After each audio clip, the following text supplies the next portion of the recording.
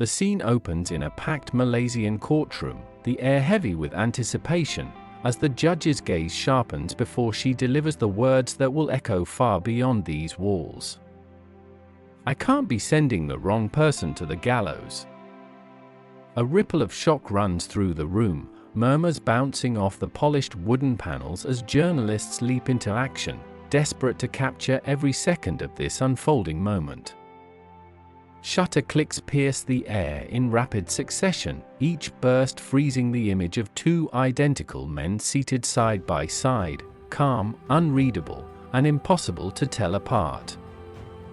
Then, as if someone had pulled the sound from the room, an uneasy silence settles over everyone present, each breath suddenly too loud, each movement almost defiant against the stillness. This is the lawyer's justice, the channel that takes you beyond the headlines and into the heart of the most remarkable cases ever tried, where the law is tested, identities blur, and the truth is never as simple as it seems. The story you are about to hear is based entirely on real events that took place in Malaysia, drawn from verified public records and reputable news sources. However, all visuals shown in this production are dramatizations using actors, stock footage, and recreations for illustrative purposes only. None of the individuals depicted in the visuals are the actual persons involved in the case. Any resemblance between actors or models and real individuals is purely coincidental.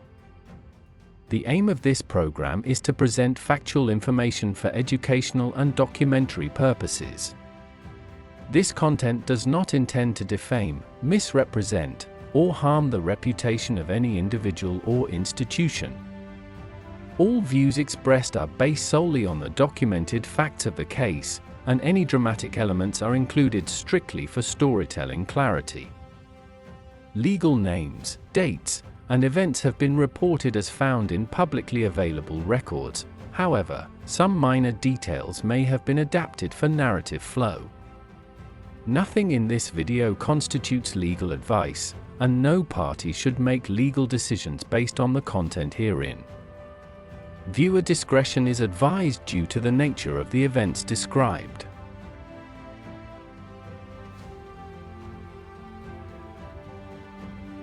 And so we move to the beginning of the story, long before that day in court, when two brothers came into the world sharing the same face, the same DNA, and a future that no one could have predicted. In the heart of Malaysia, where humid mornings carry the scent of sizzling street food and the call to prayer weaves softly through the bustle of daily life, the Raj twins entered the world. Born only minutes apart, Sathis Raj and R. Sabarish Raj arrived as perfect mirror images of one another, two sets of identical eyes staring back at their parents with the same newborn wonder. From that moment, their lives were intertwined in ways far deeper than most siblings could ever imagine.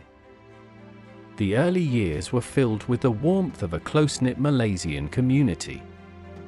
The twins grew up in a modest home tucked between narrow lanes, the kind where neighbors knew each other by name and children played barefoot in the dusty streets until the sun dipped below the rooftops. Their father, a quiet man with a stern sense of discipline, worked long hours to provide for his family, while their mother balanced household duties with an unshakable dedication to her son's education. From the start, the brothers shared everything: clothes, schoolbooks, even the occasional scolding when neither could convince their parents who had broken a rule. Their uncanny resemblance made them inseparable in the eyes of those around them. Teachers, friends, and strangers often mistook one for the other. At school, they would swap places just to see how long it would take for a teacher to notice. Their similarities went beyond mere appearance. Both excelled academically, particularly in mathematics, and both possessed an easy charm that drew others to them. Yet subtle differences began to emerge. Sathis was more reserved, preferring quiet observation, while Sabarish had a restless streak, a hunger for excitement that sometimes pulled him toward questionable company. the local Malaysian market became their favorite hangout spot, a vibrant chaos of colors, smells, and sounds. Here, they absorbed the rhythm of city life and learned how money, influence, and power could bend the rules in subtle, dangerous ways. By their late teens, Sathis worked at a small repair shop, saving what he could for technical school. Sabarish, however, drifted toward acquaintances who lived by a different code: quick money over long-term security. The confusion they caused in public had, by then, become legendary. Once, when a shopkeeper accused Sabarish of shortchanging him, it was Sathis who got pulled aside and questioned, until both appeared together, leaving the shopkeeper baffled. Friends joked that the twins could commit the perfect crime simply by existing. But jokes have a way of taking on a different weight when fate begins to play its hand. As the brothers stepped into adulthood, Malaysia was undergoing a period of heightened drug enforcement. The country's laws were, and remain, among the strictest in the world, with the death penalty mandatory for certain trafficking offenses. Stories of raids, arrests, and harsh sentences filled the evening news, and the message from the authorities was clear: there would be no leniency. It was against this backdrop that the Raj twin story began to slide toward its fateful turn. While Sathis kept to his routine, fixing radios and scooters in the workshop, Sabarish's name began to surface in whispers tied to the shadows of the city's underbelly. He brushed off the rumors when confronted, claiming that people like to talk. Sathis, torn between loyalty and unease, said nothing. One humid night, as rain pelted the tin roofs and the streets shimmered under flickering lamplight, events were set in motion that would test the limits of family, identity, and the law itself. Police, acting on a tip, conducted a raid on a small property. Inside, they found a staggering cache: over 160 kilograms of cannabis and nearly 2 kilograms of raw opium. It was enough to seal a man's fate under Malaysian law. The key to the property was found on one of the twins. The arrest seemed straightforward, until the other brother arrived at the scene moments later. To the officers, it was as if a man had duplicated himself. They could not be sure which of the two was the true occupant of the stash house. What might have been a routine case quickly morphed into a legal and procedural nightmare. Forensic teams confirmed what biology had already dictated: identical twins share identical DNA profiles. The evidence could not distinguish between them. Witness accounts were similarly muddled. Some swore it was one twin they had seen entering the property, others were just as certain it was the other. In the days following their arrest, the twins were placed in separate cells. Interrogations yielded little. Each claimed innocence, each pointed to the possibility of mistaken identity, and neither would incriminate the other. The police, confident that one of them was guilty, faced the unthinkable: the possibility that their investigation could condemn the wrong man to death. As the case made its way into the court system, the public's fascination grew. Newspaper headlines played up the sensational angle: "Double Trouble, the case of the identical twins," while talk shows speculated on guilt, innocence, and the bizarre predicament of the judge who would eventually have to decide their fate. The trial became not just a test of evidence but a philosophical question about justice itself. Could the state, in good conscience, execute a man when there was a 50% chance he was innocent? And if not, what precedent would that set for future cases where identity could be blurred? For Sathis and Sabarish, the ordeal was both a shared burden and a private torment. In rare moments when they saw each other, across a courtroom or in the brief exchanges allowed by their lawyers, there was no anger, only a silent acknowledgement that their lives were now bound to the outcome of a single, unprecedented decision. And as the proceedings inched closer to Judgment Day, one truth became clear: the law had encountered a puzzle it was never designed to solve.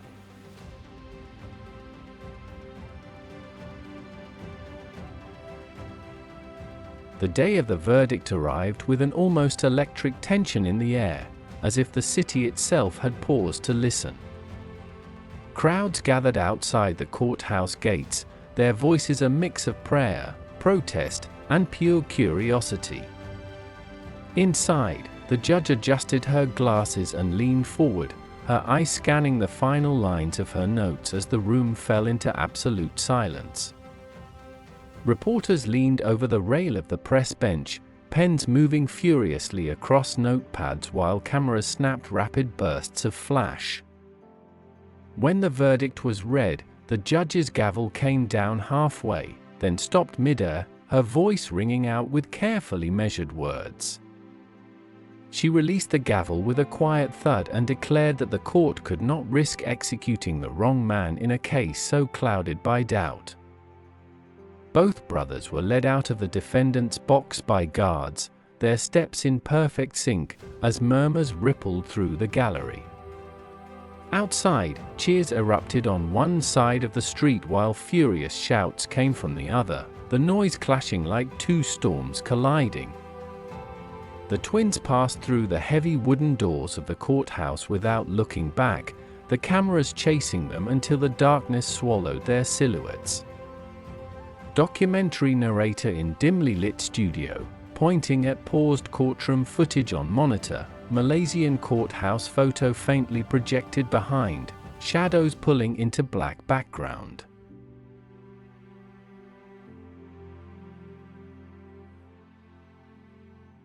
The defense lawyer rose fluidly from his chair, eyes laser-focused on the witness as he advanced, his movement a deliberate attack on certainty.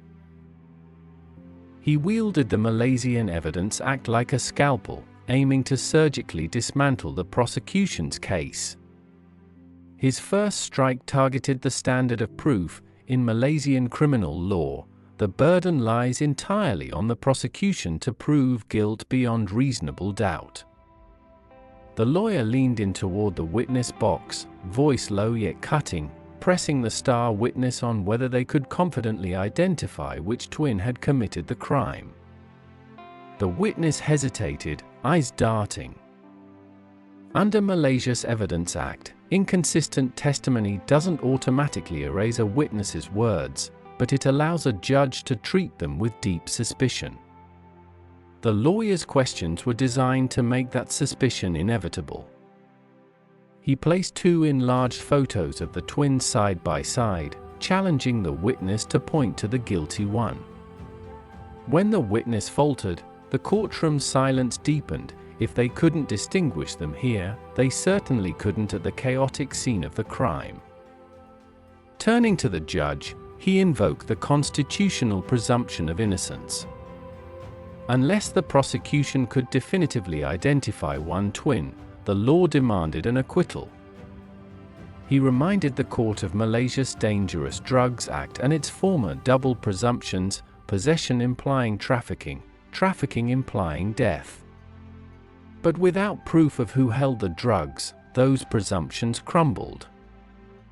He cited Article 5 of the Malaysian Constitution, the right to life, and recent reforms abolishing the mandatory death penalty. If the justice system could acknowledge the risk of wrongful death sentences, it must act cautiously here.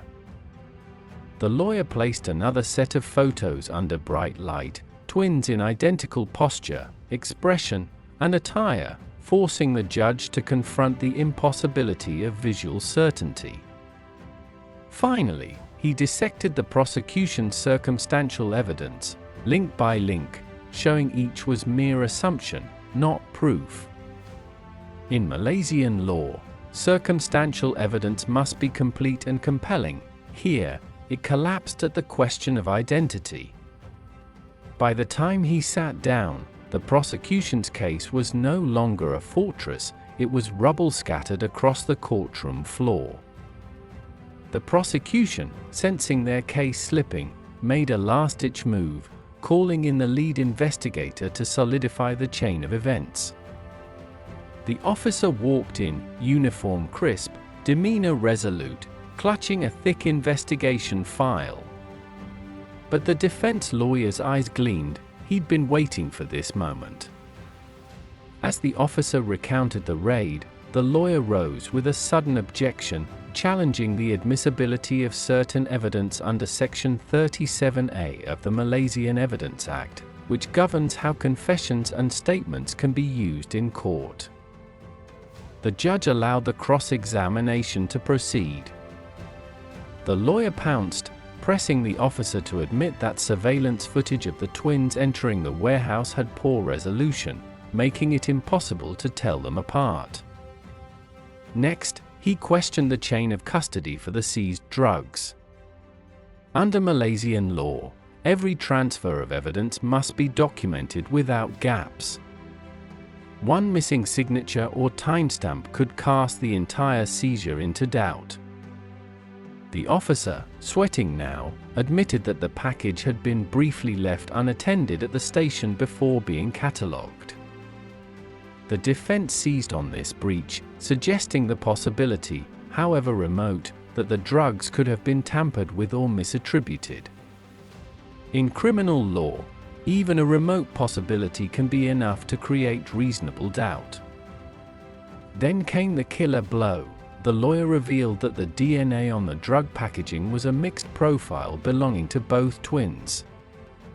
The prosecution's own forensic report confirmed it.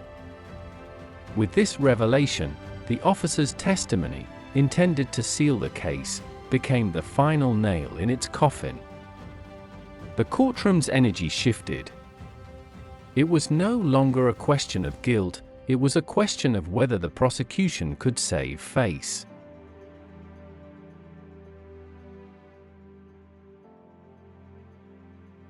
The judge leaned forward, his gavel in hand, the air in the courtroom so still you could almost hear the walls breathing. In a steady, deliberate voice, he declared that due to the inability to distinguish between the two accused beyond reasonable doubt, both were to be acquitted. The words seemed to echo off the walls, not guilty, as if the room itself was stunned by the outcome. The twins exchanged a slow, knowing glance, their faces betraying no emotion, but their fists clenched ever so slightly at their sides. Gasps rippled through the gallery, followed by a wave of murmurs that the judge's gavel had to silence. The defense lawyer, known now as the architect in legal circles, allowed himself the smallest of smiles. His masterpiece was complete. The prosecution sat frozen, realizing the legal trap they had walked into, the evidence they thought was unshakable now rendered useless by precision lawyering. Outside, as the twins left the courthouse flanked by their lawyer, a swarm of reporters pushed forward, microphones raised, shouting for answers. Flashes lit up their faces, each photo capturing a moment that would be splashed across the nation's headlines within hours. For many Malaysians, this was not just a legal victory, it was a case study in the power of doubt, the fragility of evidence, and the brilliance of a lawyer who saw the cracks no one else dared to look for.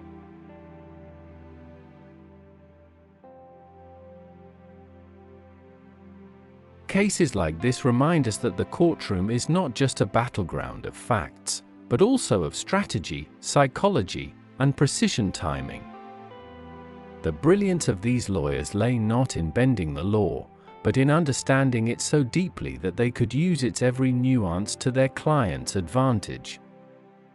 By creating doubt where certainty once stood, they revealed how fragile even the strongest cases can be under the right pressure.